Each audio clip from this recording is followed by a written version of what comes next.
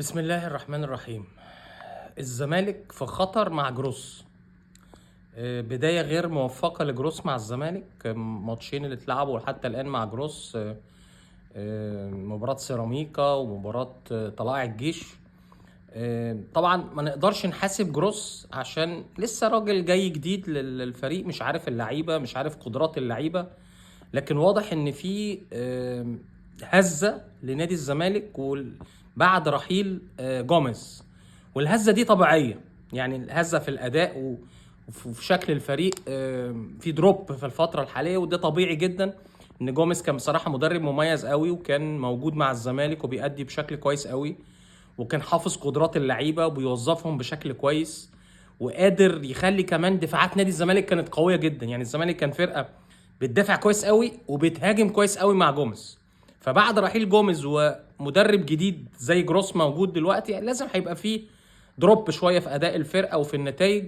ولكن المشكله ان جروس تحس كده البشاير مش حلوه.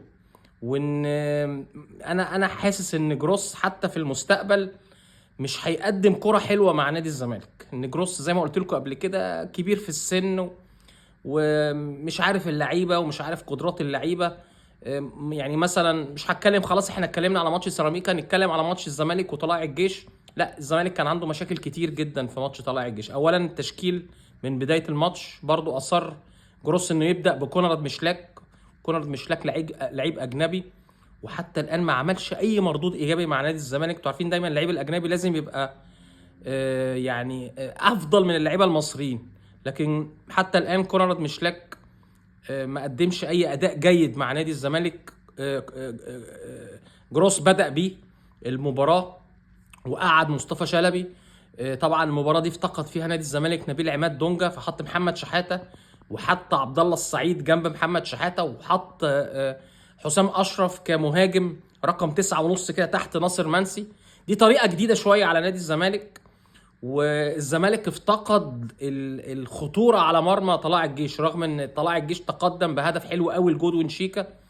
ولكن الزمالك كان عنده مشاكل كتير جدا في المباراه دي، في مباراه طلائع الجيش. اولا دفاعات الزمالك مفتوحه، كابتن عبد الحميد بسيوني قدر يستغل الطرفين ناحيه اليمين والشمال. شفنا طبعا زولا مع احمد سمير ناحيه اليمين خدوا المساحات كلها لورا، فتوح الناحيه الثانيه. شفنا احمد متعب وكريم طارق اشتغلوا كويس قوي ورا عمر جابر، وجي منها الهدف الثاني لفريق طلائع الجيش. الزمالك تحس كان مفكك، يعني حتى الهدف الاول بتاع طلائع الجيش جودوين شيكا دخل وسط 3 لعيبه مدافعين في نادي الزمالك وهوش ورقص الونش ومحدش بيقابله. الجون الثاني كرة مرفوعه من ناحيه عمر جابر من ناحيه يمين الزمالك، عواد ما طلع غلط، عدت راحت لاسلام محارب حطها في العارضه رجعت لجودوين شيك. في مشكله في نادي الزمالك، ومش مشكله دفاعيه فقط، هي الفرقه كلها النواحي الدفاعيه. الناحيه الجماعيه في الدفاع في مشكله. يعني الشوط الاول كونراد مشلاك ما بيدافعش، زيزو ما بيرجعش يدافع، ما فيش غير في نص الملعب طبعا حسام اشرف وناصر منسي 2 مهاجمين، فما كان نص الملعب فاضي على عبد الله السعيد ومحمد شحات، الاثنين ضد 4 أو 5 لعيبه من فريق طلائع الجيش. عشان كده كان طلائع الجيش في الهجمات المرتده متفوق على نادي الزمالك. كل ده ما اراهوش جروس. يعني حتى في الشوط الثاني بعد ما الزمالك تقدم بهدفين، والهدفين من قدرات فرديه، هدف محمد شحاته تسديده من خارج منطقه الجزاء، ونفس القصه لحسام اشرف، يعني مش جمل ملعوبه. وطبعا خلينا برضو نكون متفقين عشان ما نظلمش جروس ان هو لسه ما لحقش، بس الواحد حاسس ان جروس مش هيقدر يحسن من اداء لعيبه الزمالك. مش عارف، انا حاسس كده، حاسس ان قدرات جروس كمدرب لا مش هتبقى زي جوميز خالص. يعني جوميز كان بصراحه الواحد دلوقتي عرف الفرق، ان جوميز مدرب مميز جدا مسك نادي الزمالك، عشان كده اتخطف على طول للفتح السعودي. حتى تغييرات جروس في الشوط الثاني كان محتاج لعيب في نص الملعب يبقى جنب محمد شحاته وعبد الله السعيد، ويدي فرصه لعبد الله السعيد ان هو يتقدم ويشتغل على مرمى طلائع الجيش. لقينا يعني في دكه البدلاء الزمالك النهارده ما فيش هاف ديفندر، يعني حتى زياد كمال مش حاطه جروس في قائمه البدلاء. كان ممكن يدخل احمد فتوح جنب محمد شحاته في نص الملعب وينزل محمد حمدي ناحيه الشمال. شفناه عمل تغيير، راح مخرج كونراد بشلاك وراح منزل محمد حمدي كجناح. محمد حمدي اتعور وبعدين راح منزل مصطفى شلبي. وبعدين التغيير الاخير بتاع شيكابالا لسه راجع من اصابه وبقاله فتره ما بيلعبش فمش جاهز، نزل في وقت صعب. وبعدين وجود شيكابالا مع عبد الله السعيد في الملعب خلى الزمالك يفقد السيطره.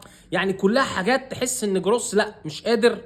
حتى يعني المفروض في الجهاز المعاون لمستر جروس لازم يعني يتكلم معاه او يشرح له بعض الحاجات ويفهمه قدرات اللعيبه.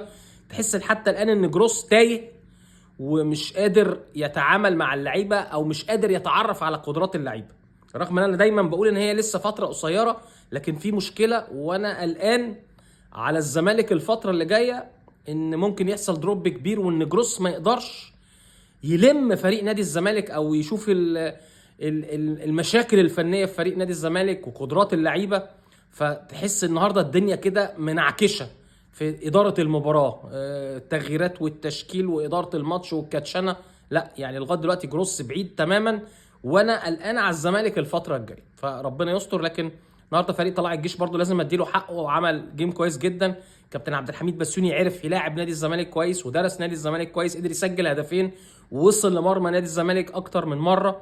غير الهدفين كان ممكن لو في تركيز من لعيبه طلائع الجيش في انهاء الهجمات كان ممكن يخلصوا الماتش لصالحهم.